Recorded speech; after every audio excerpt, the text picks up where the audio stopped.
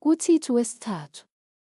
Bakhumbuze ukuba bathobele ababusi neziphathimandla, balalele, balungele imisebenzi yonke emihle, bangahlambalazi muntu, bangabi yizilwi, babe ngabavileyo, bebonakalisa ubumnene obukhulu kubantu bonke. Ngokuba nathi kade sasiyiziwula, abangalaleliyo, abadukiswayo, sikhonza izinkanuko nokutamasa okuyizinhlobonhlobo, sihlezi ebubini nangomhawu, sizondekile sizondana.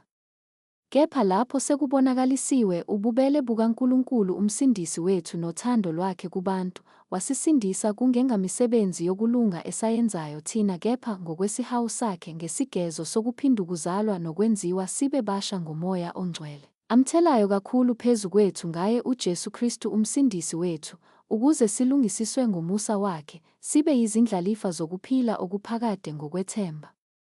Lithembekile lelizwi. Ngithanda ukuba uqinise impela ngalezo zinto, ukuze abakholwa nguNkulunkulu bakhuthalele ukwenza imisebenzi emihle. Lezo zinto zinhle, zinosizo kubantu, kepha gwema imibuzo yobuwula, nezindaba zolibo lokuzalana, nokubanga nokuphikisana ngomthetho, ngokuba lokho akusizi, kuyize. Umuntu onezifundiso ezidukisayo, eselulekwe kanye nakabili male, wazi ukuthi onjalo uphambukile, uyona, ezahlulela yena. Isigcino.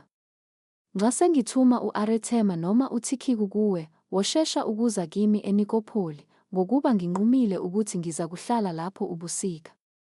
UZena, ummeli, no-Apholo wobahambisa ngokunakekela, bangasweli lutho.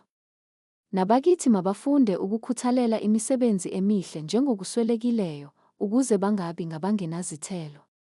Bonke abanami bayakhonza kuwe. Khonza kwabasithandayo ekukholweni. Umusa mawube nani nonke.